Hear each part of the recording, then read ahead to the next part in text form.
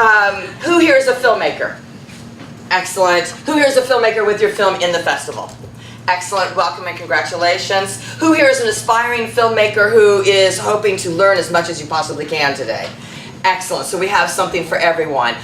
We're really going to be talking about what are the do's and don'ts of participating in a film festival, what we call film festival etiquette, and I thought I would start with the panel. What is something that a filmmaker does that when they do it, you love it? It's like spot on, perfect. And we're going to start with whoever would like to speak here. Well, we love it when filmmakers come to the festival and they throw themselves right into it. For example, we had a young man who he started in social media, and he was talking about the block of film that he was in, and he was promoting everybody in that film block. And then at the very end of all of his outreach, he said, "Oh, and by the way, my film is in this block." So he wasn't really, he was promoting himself, but promoting himself last. And he also did everything he could to get people come there to enjoy the other films. He was very much engaged in seeing as many films as he possibly could, and also in supporting everyone else that was there. And he was just an absolute gem. And that's what we like to see, someone who's engaged promoting not just your film, because we're all here to promote ourselves, but he was promoting other films that were associated with his. That was great. Yeah, I would agree. I think that filmmakers that really come out to support other filmmakers and really are a part of the festival and don't just come there to represent their own screening, but they actually come there to network and speak with other filmmakers and actors and screenwriters and producers and get right involved with everything. That's certainly something that we like. In terms of filmmaking, one of the things that I really love are when I see films of really good production value. I think that's super important, and I think that there have been a few films historically that didn't look so great in terms of production value and became super successful, and so people sort of very often have this belief that well, if it doesn't look so great or whatever, I could still become successful or whatever because they base it sort of on these few films in the past that have done it. But those are a few rare examples. But I think in general, film really has to look professional, really have good production value. The editing really has to be professional. One thing that I really like is when and it happens. It doesn't happen often enough. Is a film with just great acting. So many films that come in, so many submissions that we see. Have very, sort of average, mediocre acting, things like that. I like to see, really great professional acting, great production value, professional lighting. Sound is a big thing. When a movie, when the sound is professionally done, you can really tell. So one of the things that really impresses me is when a filmmaker comes along with a really, really professional film that you could tell was, took a while to make. They actually put the time and effort to really make it well before they started submitting to film festivals. That's certainly something that impresses me. If it's a documentary, one of the things that really impresses me when I see a documentary is when they have a lot of B-roll and footage, to really bring it to life. Sometimes I'll get submissions, documentaries where it's just interviews, where you're just seeing people being interviewed, and I think that there's a difference between that and a movie. I think that, for example, if you're looking at a documentary and it's just people being interviewed, I think that there's a difference between videotaping interviews and a movie. They're two very different things. So, for example, if it's a documentary filmmaker, something that impresses me is if it's not just videotaping interviews, it's an actual movie. So really, really, professionally done, good production value, good acting. That's what really we look for. That's what really impresses me. So, yeah. Yeah. No, all of those things. I'm even gonna just mention one of my favorite filmmakers who's so talented. I mean, I love all of them, but there's one filmmaker who's been with us several times, Stephen Mena. Hope you don't mind me mentioning your name. But he's not only an amazing filmmaker that his actors are always spot on. And in fact, he will hire people that end up being very famous later because he's had a really good eye for that. He's met celebrities here that he's put in his films, but he's an amazing shooter, amazing director. He actually scores his own movies, and he's phenomenal at everything. He's sold them all to Edgar's Bay. Some have been in the theater, and he's a horror filmmaker, but it's good horror. It's really well done. But Steven's attitude, he's also probably one of the nicest people that I've ever met. When he comes to a film festival, and one time he was asking us when his film was screening. It was a feature, so it was the last one in the block, and I said, well, what do you have people who have to come later? He goes, oh, no, my people are coming now, and they're gonna stay and watch everything, and they're gonna clap, and they're gonna be respectful of everybody, and nobody leaves. So there's that. Then he comes to the panel and goes, why aren't all the filmmakers here? You do this for them. Why would you not come to this when this is where all your networking opportunities are?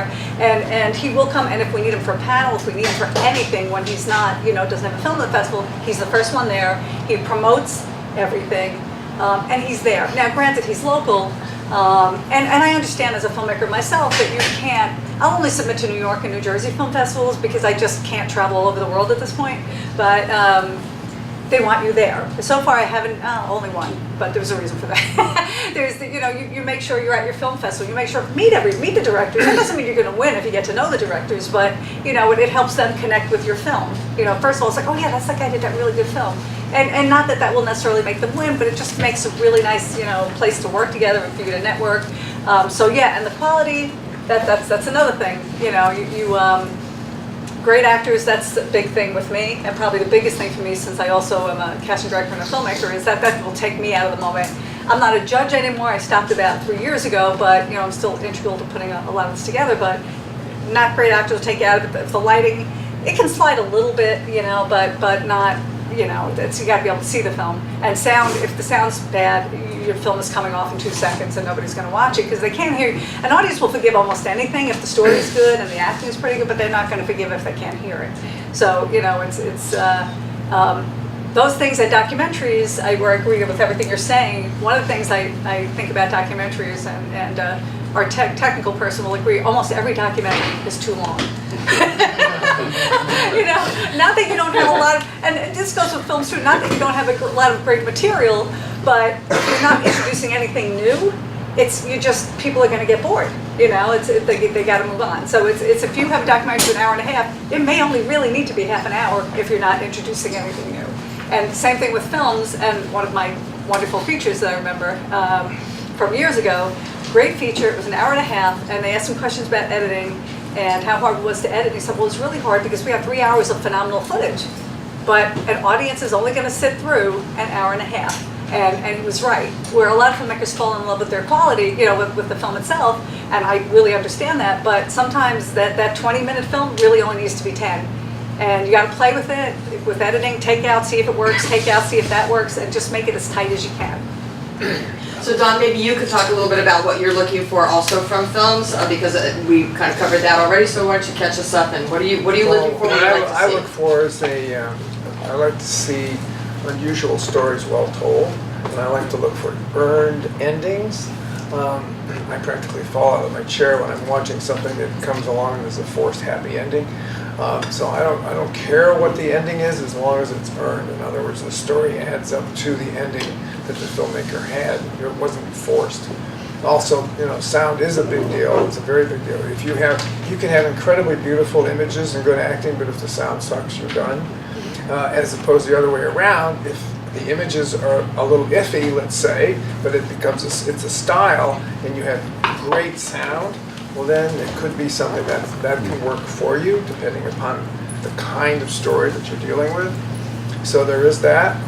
Just a second. No, go ahead. I'll wait for you. So I like earned endings, and I'm not genre specific. I don't care what the film is, if it's a documentary or if it's a narrative, a short, or whatever it is. I just like really well earned endings, and I think that's a key to what I like to see in my films. Jonathan, you look like you want to say something.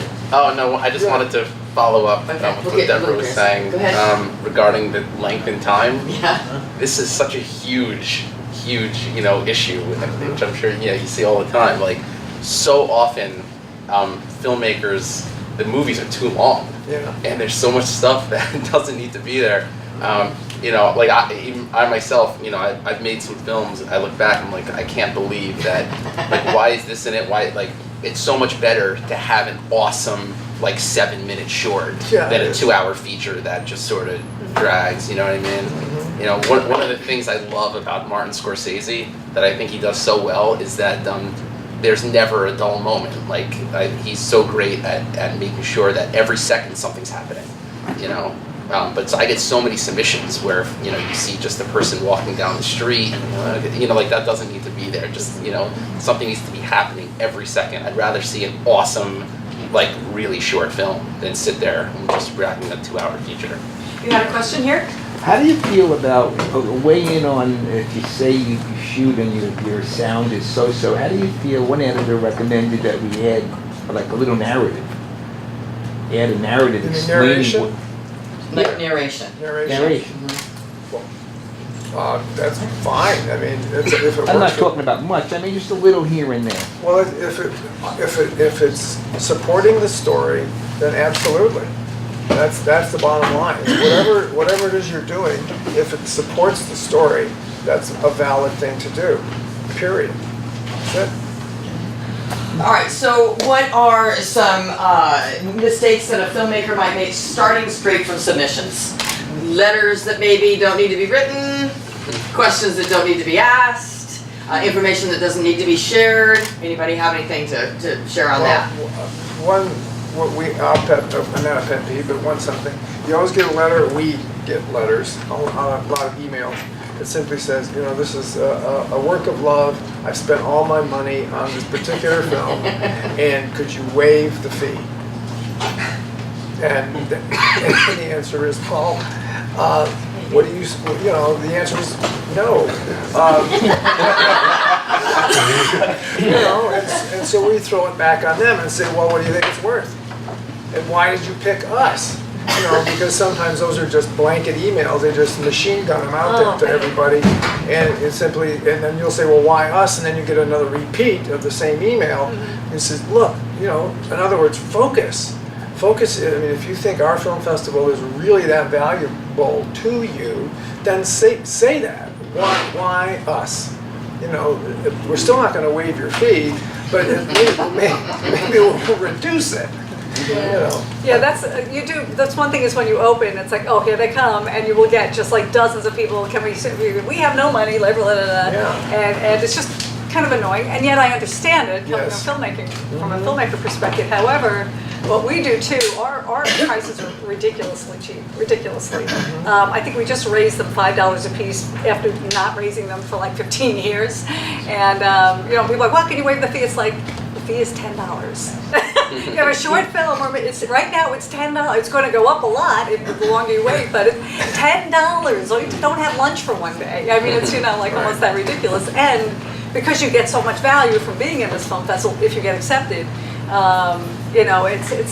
I mean, one time I wanted to go off. I wrote this whole 3-page thing, which of course I never sent to anybody. But it's like, hey, this is what you get. This is what has to happen when you come in. All these 50 things.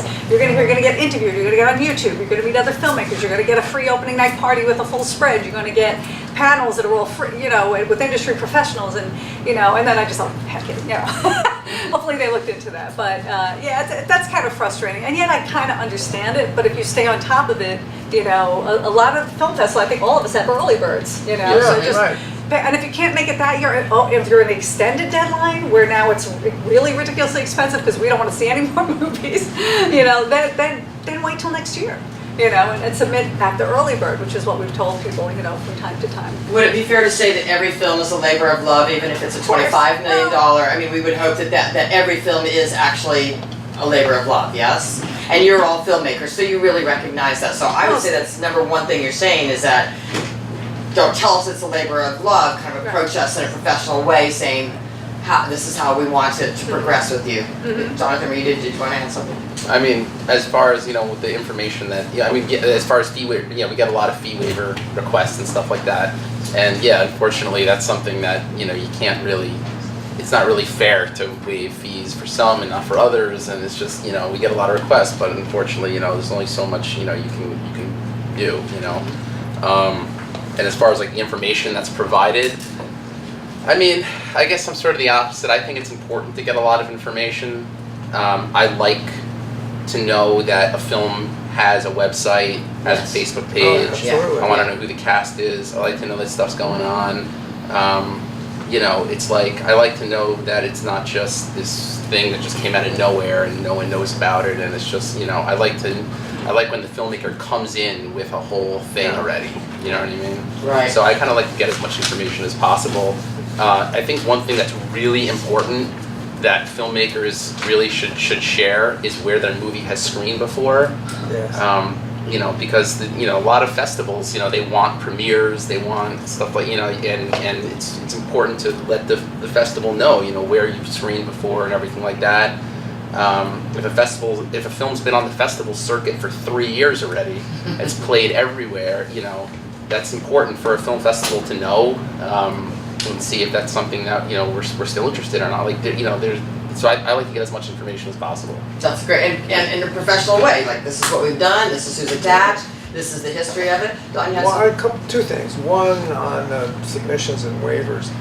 We do sometimes say, we will say upon occasion, well, if you want to waive your fee, then you'd be screened out of competition if there's room. We may not even get to you to look at your film, but that's the only way it would possibly happen. And then it would have to be absolutely astounding film to put that into the film festival when everyone else has paid. And so that I think it's happened once in about 3 years, the last 3 years. In terms of where films have screened, it is important, and I've noticed several times where I've seen films have several world premieres. Did you get that? You know, say, well, you sure it's a world premiere, and then you see, oh, it premiered somewhere else in Baja, California, or you know, in Vancouver, Washington. So that's a little hanky on part of the filmmaker that says, I don't know if we can trust this person because they're not being truthful. And it's very important. I mean, in our case, yeah, it's nice to have premieres, but ultimately what we want is high quality film. So if you screened somewhere else before, that's okay, as long as the film's good.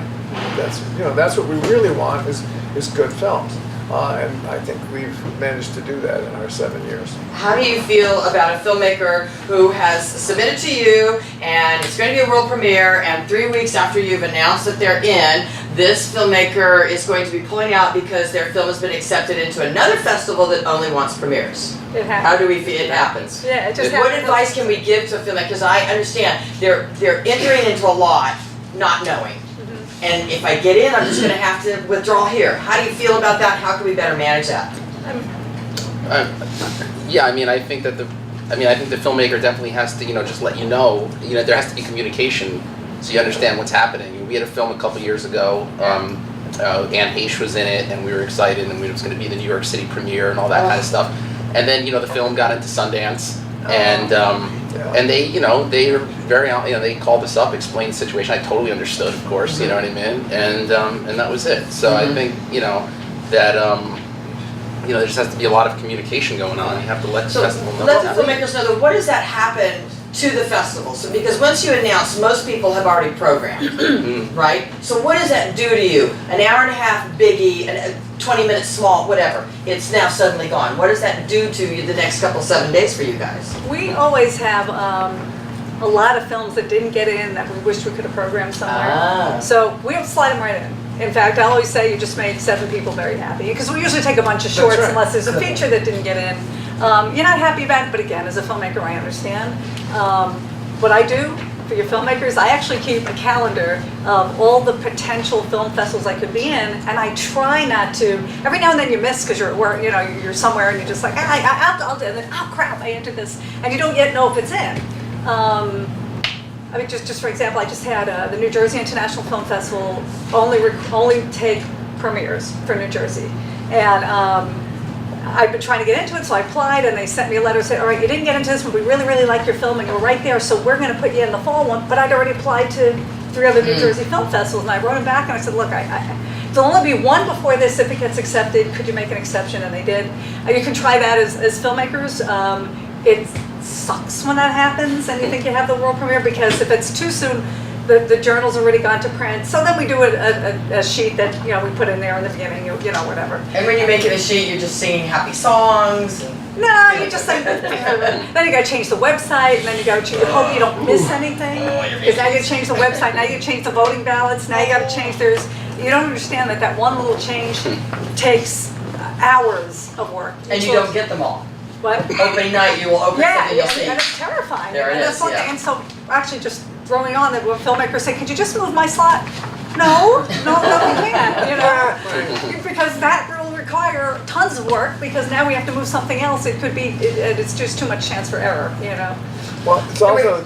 The last comment, then we'll go to a question. Yeah, it's one thing if they pull out because they've already gotten into another festival. I understand that, like we all do. But it's the ones who pull out and say, because, well, I have a really good chance, and I'm going to get into this other film festival, and you start to wring your own neck, saying, and then they don't get into that one, you know, for some whatever reason, and then that's really aggravating because if you come up against something, that happens because they're holding out, or they've heard something that that things are going well with this other film festival. That's bullshit. Okay, we have a question here. One always wonders if you take advantage of the early deadline, obviously for the lower price point, whether or not when the late deadline is possibly 2 or 3 months later, that you could kind of be forgotten. I wondered when the review process typically takes place. We'll start with Debra. Go ahead. Yeah, it starts immediately. Yeah. I can't say yes or no definitely. I can say for the most part, those judges are scoring your film. You may actually have a better chance sometimes because more judges will see it. Because we have a rule, every film must be seen by 3 people. If it's in the beginning, 50 films come in, everybody's watched them. So maybe you're getting 10 reviews. That's why if you get one bad one, it's not, but everybody else liked it, you still have a better chance. As we get later on, only 3 people are. If you have one person that doesn't like it there, that kind of hurts your chances. But it's hard to say. I think that we prefer early because you get the attention that the film needs, and the scores are there. The scores are in black and white, so that's not going to change. Judging is such a subjective thing, because if you see a lot of really crappy films at the beginning and someone films this mediocre, you're like, yay, this is great. But if you see a lot of great films at the beginning and one's mediocre, it's like, this is terrible. So it's so much subjective because you just don't know, or who the person judging it is, what their perspective is. We have 15 judges, all from different cross sections of male, female, black, white, everything that there is to have, young or older. So there will be a change. You get 1, 2, 3, 8, 9, 10. It happens too. But early, I love early birds. And in general, do you need all judges need to agree that they give No, they never a going to thumbs agree. up? Or Oh, they never agree. Yeah, the only time, really, very few times we've ever gotten all no's or all yes. I think all yeses is probably easier than all no's if the films are really high quality. But it's very rare everyone agrees, and that's always difficult. Yeah, it's interesting on that too. When I see scores on the scoring sheets, I look at it if there's like several high scores and then there's one really low score. I'll look at it and say, we're going to look at this one because there's maybe something's going on here. Because sometimes that's where you do discover something. There's one where you get a couple high scores and then there's one that's just like off the chart on the bottom.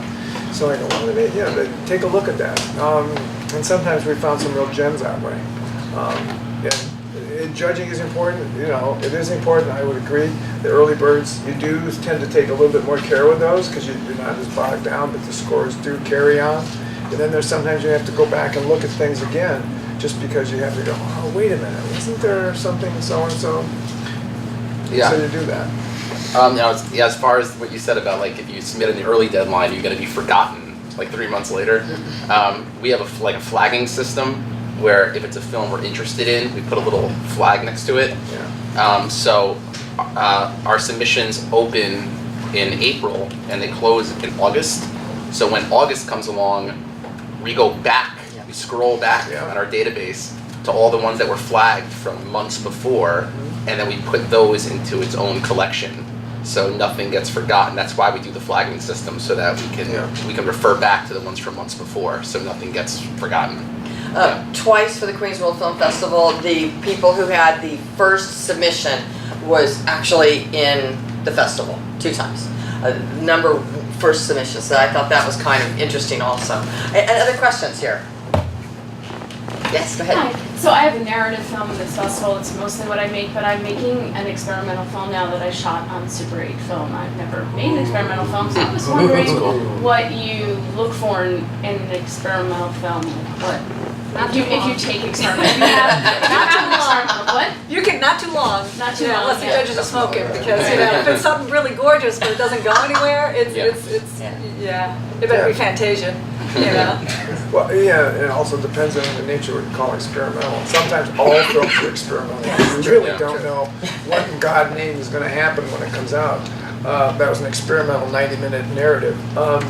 This doesn't have a story, Well, no, but the images, whatever you're trying to do, manipulate it. Is it entertaining, and is it short? Because you can make your point very quickly. We screened a film opening night. I think it was 3 minutes long, called "Fuck You," and it had an amazing, powerful message, and it was ultimately a love story, but it was experimental, totally experimental. And it had a very powerful impact. So that's something you have to think about, is what am I trying to do here? So it may have a powerful ending like that, which then captivates me. I want to ask a question. Like when you're screening films that have been submitted, and you're all filmmakers, so do you find yourself scrutinizing the films more for the professional value or for the entertainment value of the potential? That's a good one. I was just having that conversation with somebody the other day. It's interesting because you can have some of the judges vehemently oppose this film, is terrible, it sucks, but the general public would go, I like this because the story was good, and they're not seeing the editing wasn't exactly perfect in it. So you have to keep that sensibility. I will, because I'm not a judge anymore, but I will kind of, I try to watch the higher scoring ones if I can before the festival starts. And there's things I'll see, like, why on earth would they do that? And I have to remember, stop. That hat's off. What would the public think? And it's very, very differing. I've had filmmaker friends that just torch these films, and I'm like, it's actually a really good film. Stop, you didn't make it, stop looking at it from that perspective. But a lot of snobs in this industry too, well, I would never have done, but everybody's, the public is something different than a filmmaker. Right. I Some of the mistakes that you may see as a filmmaker, the public would never see this. Exactly. They may see that as an intentional choice, actually. Well, they might not Jonathan, see you were going to say something? Oh, yeah, no, I think it's a combination of the two things that you mentioned, like the professionalism of the film, the quality, and then as far as like the entertainment of it. If a film is really professionally made, but it's just terrible, obviously we're not going to be interested in it. But again, as I said earlier, the professional quality of it is just so incredibly important. And also, as the festival director, the reputation of the festival is key, because when you have the public coming in, we're at Village East Cinemas on 2nd Avenue in Manhattan, which is a prime, really cool area, and you got people coming in, the public, and if they see movies that look like they were like $10 to shoot and they're not really professionally done, and they look very like amateur, then people are gonna walk out and be like, well, this festival's like, we want to show really quality professional movies. So that is really important. But yeah, as far as entertainment goes, it's got to be entertaining, obviously, as well. If it's really bad, then You, young man, go ahead. I just wanted to see what your reaction is to this. Film I'm part of is very unique and different kind of film. Jonathan knows it pretty well now, and I just want to know if it's kind of normal. It's getting to the point where my film, it's drawing a lot of media attention and stuff, so it's getting to the point where like some festival directors that I don't even have any relationship with or anything are contacting us to see if we're showing anywhere that we can. If not, like they're like asking us, hey, do you want to just get your film in the festival? Is that like common usually? We used to do that probably a lot more than we do now. I find that for my films, that's why some of them are still lingering around as people ask me, but yes, not so much right now, but every now and then I'll hear a film or I'll know people are making a film that looks really cool, and I'll say, you know what, we want to see that, why don't you send that in? Or I'll meet somebody at a film festival Or if you find something like that, I find something online, this is kind of cool, I'd like to see it.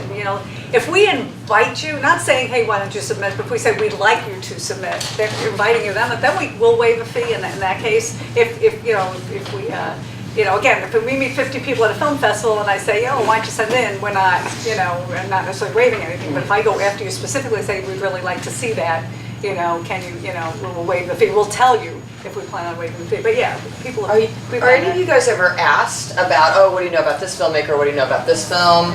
Because sometimes that could be what's going on. It's 3 straight weekends now where it's great. Someone's asked if I would be able to attend it, and once it was yes or no, they basically just waived the fee and was like, pick what time you want to have your slot. Wow. We definitely have situations where we invite, we invite them to submit, basically. We hear about a film that's screened. Like in the past, we had a film with Cuba Gooding Jr. and he came to the festival to represent the movie and everything. We had another movie with Jesse Eisenberg. He came to the festival to represent the film. Those films, we heard about them from other festivals, and I went, like the Cuba Gooding Jr. film, Life of the King, premiered at the Los Angeles Film Festival. And I heard it was very good, and I saw the trailer for it, and I got in touch with them, and I asked them. The Eisenberg thing is similar. We had a movie that got a lot of buzz at Sundance one year, and again, I heard about it through the press, and I contacted the sales agent. So there are definitely cases like where I will go and contact, and I'll say, listen, we want you to submit to our festival. So we've talked a lot about the arts and what they're looking for in a curatorial standpoint. It's in the last 10 minutes. So we all know at a festival we're all here to promote ourselves. We're all here to meet that person who can take something, either drop an incredibly new film in your laps or make connections to meet new people to create new films. What would you say are the cardinal rules of do not do this? At our opening night, do not do that, like how not to promote yourself, how not to be in that kind of situation. Okay, this is, okay. Uh-oh. I think we're good. I've been to a lot of other film festivals, so a lot of times there's problems with the screenings. It's usually not big, but you're handling a lot of films. Sometimes things are off, they're not synced by a second. Sometimes I've had some disastrous screenings where, the taxi driver's walking and he has like a 2-inch shadow behind him and, it wasn't in the film. It is what it is, it happens. Every now and then we can have 100 films play perfectly and one has an issue where it's jumping, and then the filmmaker goes ballistic. And it's like, I can't tell you, what we looked at didn't skip. Digital is very glitchy. It still is glitchy. Everything else I've seen looked phenomenal, and just trying to, reassure the person. And believe me, I understand. Our films are our babies, and when they're not looking their best, you just want to hang yourself. But things happen. They don't happen. They happen rarely, thank goodness. But there's we don't use DVDs anymore or Blu-rays except as a backup. But it could be their Blu-ray could be perfectly on their player, perfectly on this player, but then it's glitching on another player, and it has nothing to do with the quality of the player. It's a weird thing that I just, I can't really explain, but you try and do right, and if you can fit it somewhere else, you'll try to do that thing, and whatever, but it's kind of people who are just insane, and why did you give me this shitty time slot? Why did you, well, because otherwise we couldn't have taken it, you try to give as many people a chance as you can, but it's people who just really, I know that it's very hard to understand the amount of work that film festivals are, and you love the filmmakers, and you love the films, and you try to do your best by everybody, but not everybody's going to be happy. Gentlemen? What not to do? What not to do at a festival. Sometimes I've had filmmakers in the past that try to take over the whole place with promoting their film. They don't realize that there's 100 other movies playing, and they come in with all their promotional materials and posters and everything, and that's cool. I understand you want to promote your film, but there's other people there too trying to promote their films, and I think that's definitely something that's one of the things off the top of my head that I can think of. I think you shouldn't do. Don, What else? we'll come back to you. Yeah. Well, I would agree with that, that, you know, if you're, several things. One, I mean, we're always, how do I say this? You're always, it comes down to projection. No matter what you do with your film, it comes down to that last moment when the light comes on. And anything can happen with digits. Anything can happen with film also. So, you know, and I know how heartfelt it is when something goes wrong, but going ballistic doesn't help the issue whatsoever, because it's, again, like Debra says, the amount of effort that goes in to make sure the screening is perfect is one thing. So just, if something happens, behave professionally and be graceful, even under those circumstances, because that can actually mean more than anything else, because it's you understand what's going on. Yes, it's heartbreaking, and it's happened to almost everybody. Also, the self-promotion thing, like to the 100th and 10th degree, it is ridiculous. Yeah, and also the other one is, you know, don't get drunk at the opening night party. And let's hear it, like put it on the festival. Yeah, really. Well, actually, blow up. Just don't be the guy or the girl who's vomiting in the parking lot. Like, Yeah, just don't really. be that person, because that's what will travel through the next Vomit in your week. hotel, don't Yeah, Yeah, really. that's the story about you that will travel through the festival rather than, oh, you need to see her film. Okay, Debra, Yeah, did the you have two something other else? things is don't get all pissed off if your film doesn't get in. Yeah. Because you may have a film another year, but if you're just, you know, such a jerk and like, I can't believe it, I don't know, you know, well, okay, I'm not a judge, first of all, but second of all, you know, it's competitive. It doesn't mean your film actually wasn't even good. You know, it has to be a good fit for the time slot it's in. It's got to, you know, whatever it is. And the other is, don't start cursing at the festival director when your film doesn't win. Because that's happened to me too. I've been called every nasty name in the book, even though I'm not a judge. I've got accused of personally keeping somebody from getting film distribution. You know, and I'm not a judge. But Well, you know, emotions certainly run high when you're, you know, when you're putting your baby out there. Everybody understands that, and it's a heightened situation when you're in there. The lights come down, Aunt Tildy is there, everybody's there, and something happens. We all know that. Yes, sir. What's very hard too is that it's sometimes very difficult to reject alumni. It's very, Yes. and people you know.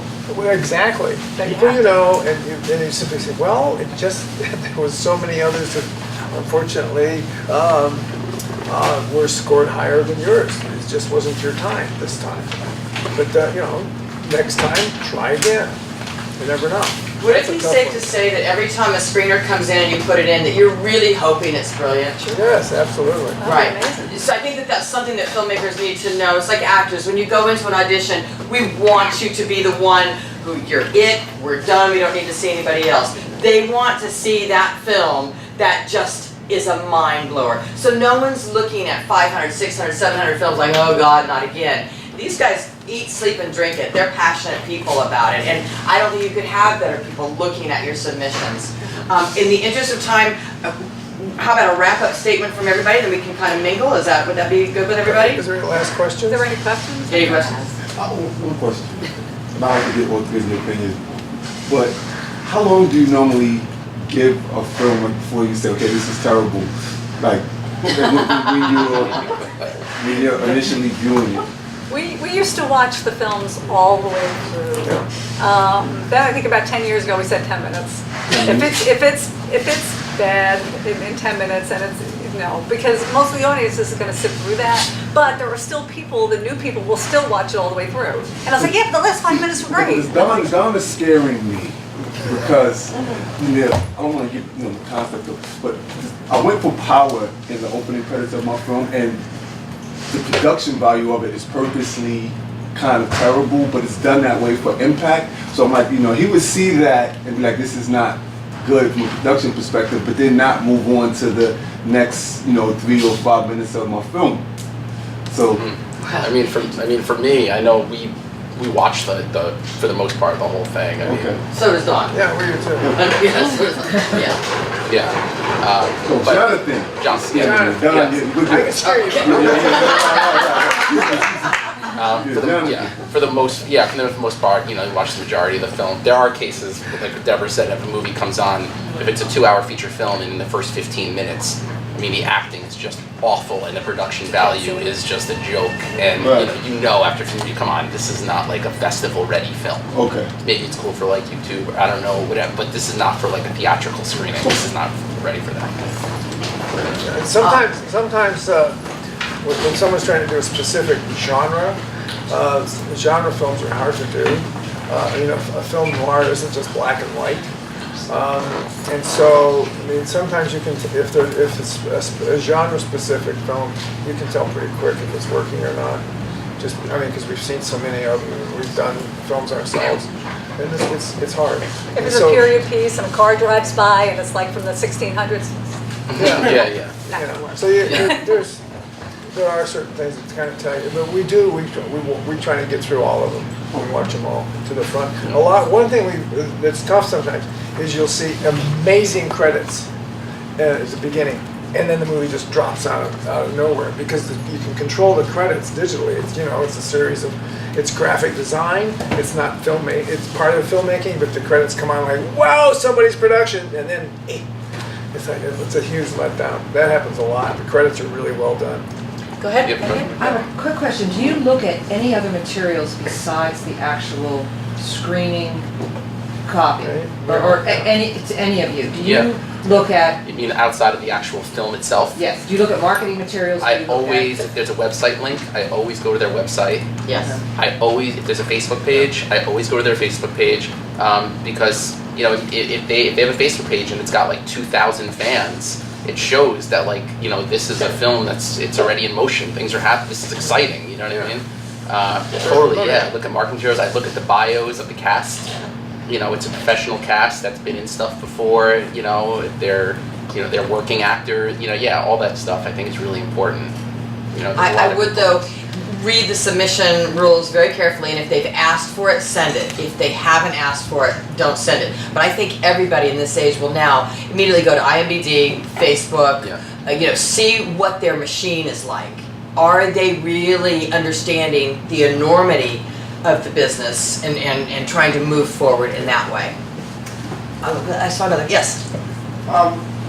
If you folks are all from festivals right in the immediate area, is the fact that we have a film in this festival of less interest to you because it's like already kind of played in the general regional venue?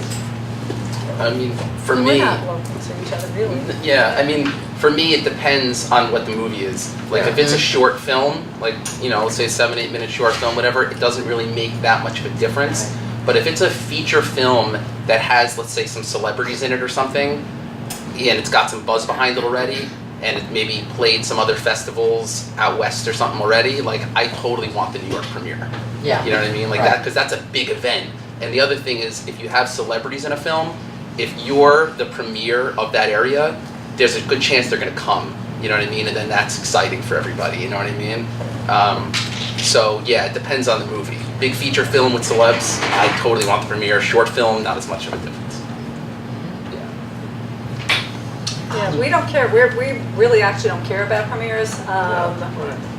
It's got to be the quality of the film. There really aren't a lot of, except for the Hamptons, which is a completely different animal, and it's all the way on the other side of the island.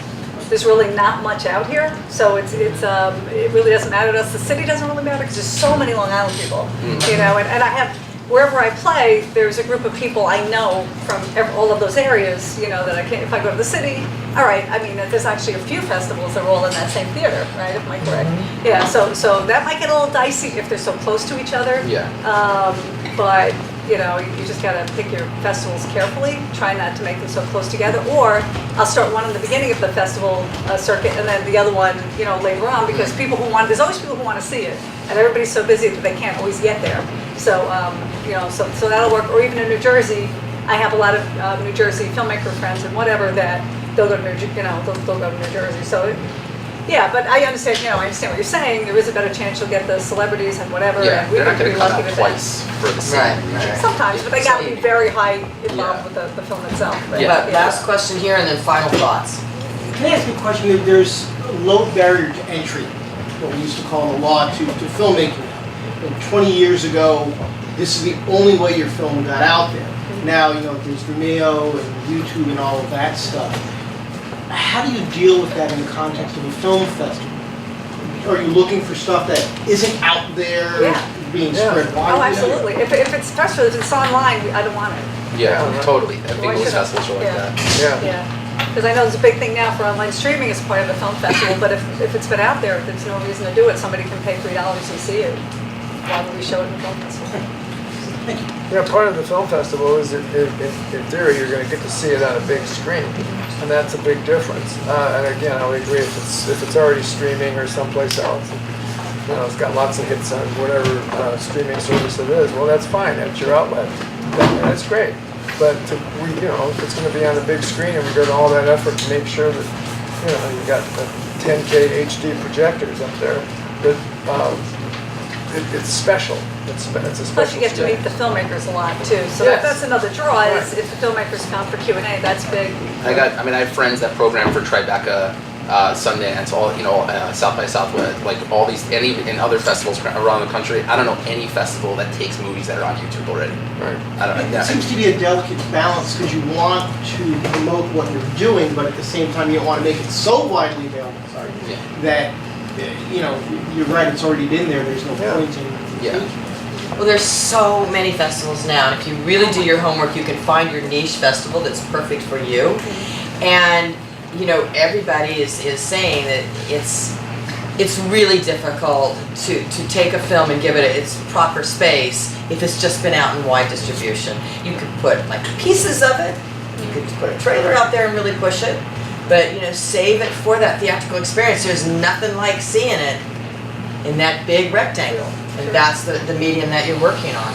Do you guys have final thoughts? Oh, just one other thing I should say that I love is when you bring people. Get out there, get your aunt and your uncle, or your this and your that, and anybody, you know, if you can, get them out to the theater. I know it's not always easy, but of course that helps because independent film festivals, I mean, this stuff is not easy. You know, we got theaters to fill, we have people who want to see the films, but we got to get the word out. Share on social media, get it out there, let people know it's out there, let them know what it should go.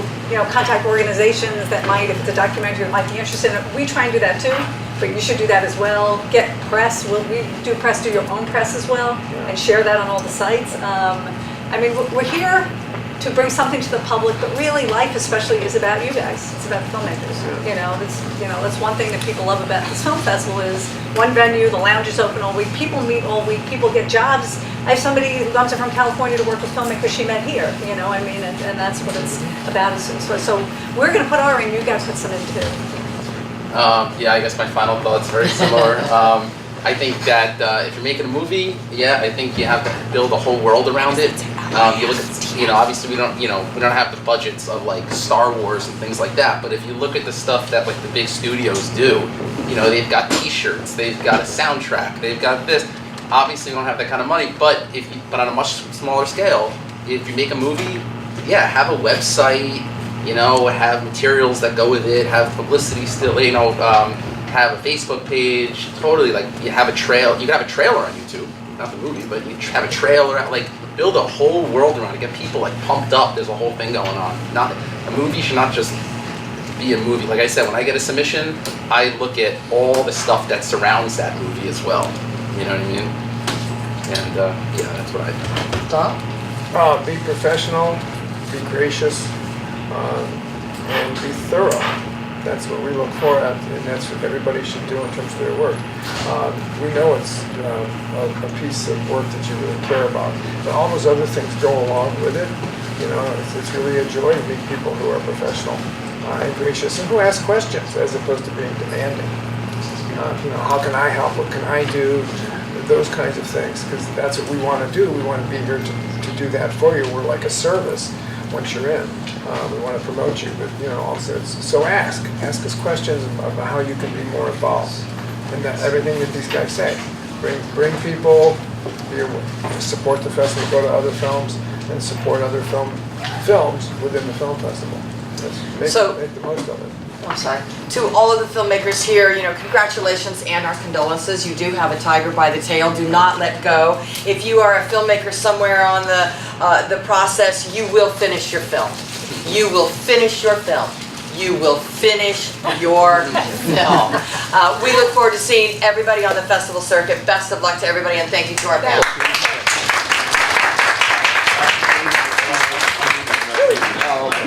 Can we do a separate picture? Yes. I've never had a I'll stop you later. and we can have a separate picture with you and Okay, very good. we want to get Sounds good. Hey, very good. Thanks a lot. Because the film drops off. Yeah. Wow.